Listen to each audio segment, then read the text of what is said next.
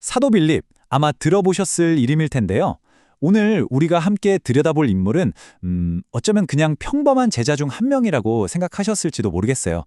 하지만 그 안에는 정말 놀라운 반전이 숨어 있습니다. 바로 그 사도 빌립의 이야기, 지금부터 시작합니다.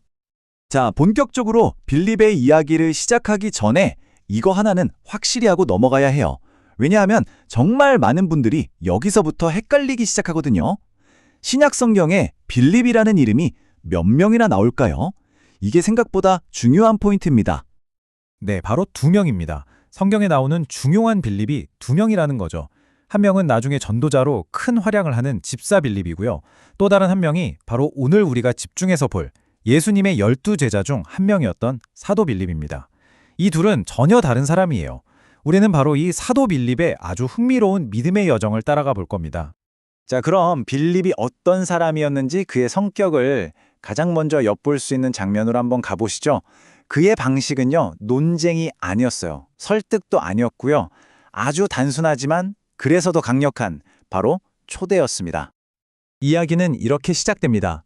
예수님이 빌립을 부르시자마자 빌립이 뭘 했을까요?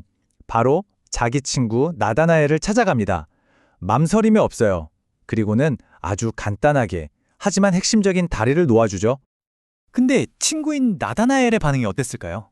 한마디로 냉소적이었죠. 나사렛? 거기서 무슨 선한 게 나오겠어? 이런 반응이에요. 이건 그냥 어디 출신이냐 묻는 게 아니죠. 그런 별 볼 일 없는 시골 동네에서 어떻게 메시아가 나와? 하는 아주 뿌리 깊은 편견이 담긴 말이었습니다. 자, 여기서 빌립이 어떻게 반응하는지가 정말 중요합니다. 보통 같으면 아니야, 내 말 좀 들어봐 하면서 막 설명을 하려고 했겠죠? 근데 빌립은 그러지 않아요. 논쟁하지 않습니다. 딱 한마디 하죠. 와서 보라. 이게 전부였습니다. 100마디 말보다 직접 한번 경험하는 게 훨씬 강력하다는 걸 빌립은 이미 알고 있었던 거예요. 와서 네 눈으로 직접 확인해봐. 이 얼마나 자신감 있는 초대입니까? 자, 와서 보라고 말했던 그 자신감 넘치던 빌립. 근데 그의 또 다른 면모가 드러나는 장면이 있습니다. 바로 아주 현실적이고 좀 계산적인 성격인데요. 이 성격이 믿음의 시험대에 오르는 순간을 한번 보시죠. 상황은 이렇습니다. 무려 5,000명이 넘는 엄청난 인파가 모여 있어요. 그때 예수님이 하필이면 제자들 중에서 가장 현실적이고 숫자에 밝은 빌립을 콕 집어서 물어보십니다. 빌립아, 우리가 어디서 빵을 사서 이 사람들을 다 먹일 수 있겠냐? 이게 그냥 방법을 묻는 게 아니었어요. 빌립의 그 현실적인 계산 능력을 바로 그 지점을 믿음의 시험대로 사용하신 거죠. 이 질문을 듣자마자 빌립의 머릿속에서는 뭐랄까 계산기가 막 돌아가기 시작했을 겁니다. 그리고 바로 답이 나오죠. 200데나리온. 그만큼의 빵을 사도 턱도 없습니다. 아주 빠르고 정확한 현실적인 계산이었죠. 200데나리온. 이게 어느 정도 금액인지 감이 잘 안 오시죠? 당시 보통 노동자가 꼬박 8달 동안 정말 한 푼도 안 쓰고 모아야 하는 어마어마한 돈입니다. 그러니까 빌립의 대답은 사실상 이거예요. 예수님, 이건 불가능해요. 산수적으로 말이 안 되는 일입니다. 그의 아주 인간적이고 또 어떻게 보면 합리적인 한계가 딱 드러나는 순간이죠. 빌립의 이런 현실적인, 어떻게 보면 좀 깐깐한 성격이요. 최후의 만찬에서 그 절정을 이룹니다. 그리고 여기서 나온 그의 한마디가 기독교 역사상 가장 위대한 오해라고 불릴 만한데요. 역설적이게도 이 오해 덕분에 우리는 정말 중요한 진실 하나를 알게 됩니다. 최후의 만찬 직전에 이런 일이 있었어요. 유대인이 아닌 헬라인 몇 명이 예수님을 꼭 한번 만나고 싶다면서 찾아옵니다. 근데 재미있는 건 그들이 빌립에게 먼저 말을 걸었다는 거예요. 아마 빌립이 헬라식 이름이라 좀 더 편하게 느꼈을 수도 있죠. 그런데 빌립은 어떻게 했을까요? 바로 예수님께 데려가지 않아요. 일단 동료인 안드레에게 가서 먼저 상의를 합니다. 이거 어떻게 해야 하지? 하는 그의 신중함 혹은 조심스러움이 보이는 대목이죠. 그리고 마침내 최후의 만찬 자리입니다. 3년이에요, 3년. 그 긴 시간 동안 예수님과 함께 먹고 자고 모든 걸 함께 했는데도 빌립의 마음속 근본적인 갈증은 아직 풀리지 않았던 것 같습니다. 그는 여전히 눈에 보이는 확실한 증거를 원했어요. 그래서 이렇게 말하죠. 주님, 다른 건 다 필요 없고 그냥 우리에게 아버지를 한번 직접 보여주세요. 그러면 이제 만족하겠습니다. 이 말을 들은 예수님의 마음이 어떠셨을까요? 아마 좀 안타까운 마음이 드셨을 거예요. 이렇게 대답하시죠. 빌립아, 내가 이렇게 오랫동안 너희와 함께 있었는데 아직도 나를 모르겠느냐 하시면서 정말 성경 전체에서 가장 중요한 선언 중 하나를 하십니다. 바로 나를 본 사람은 이미 아버지를 본 것이다. 이게 무슨 뜻일까요?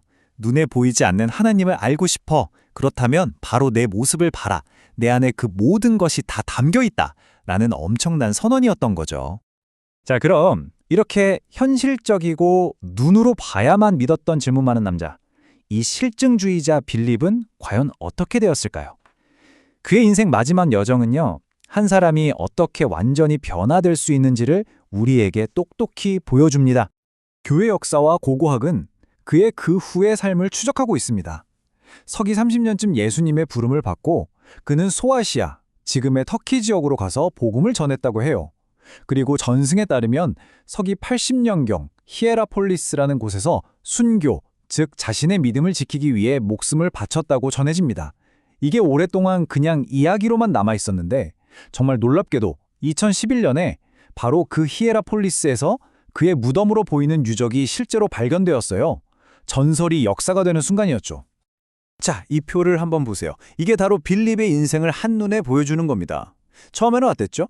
경험적이고 계산적이었어요. 눈에 보이는 물리적 증거가 꼭 필요했던 질문자였죠. 그런데 나중에는 어떻습니까? 믿음 중심적이고 헌신적으로 바뀌었어요. 보이지 않는 확신을 위해 목숨까지 바친 순교자가 된 겁니다. 도대체 어떻게 이런 변화가 가능했을까요? 눈으로 보고 계산해야만 직성이 풀렸던 이 남자가 어떻게 보이지 않는 믿음을 위해 모든 것을 바칠 수 있었을까요? 이게 바로 빌립 이야기의 가장 중요한 질문입니다. 결국 이겁니다. 자기 눈으로 직접 봐야만 믿었던 그 사람이 역설적이게도 온 세상이 눈에 보이지 않는 하나님을 볼 수 있도록 돕는 사람이 되었다는 것. 정말 놀라운 반전 아닌가요? 그의 그 지독했던 현실주의가 결국에는 가장 깊은 믿음으로 완성된 셈이죠. 그래서 빌립의 이야기는 오늘 우리에게 이런 질문을 던지는 것 같습니다. 증거가 꼭 필요한 것과 믿음을 갖는 것, 이 둘의 차이는 과연 뭘까요?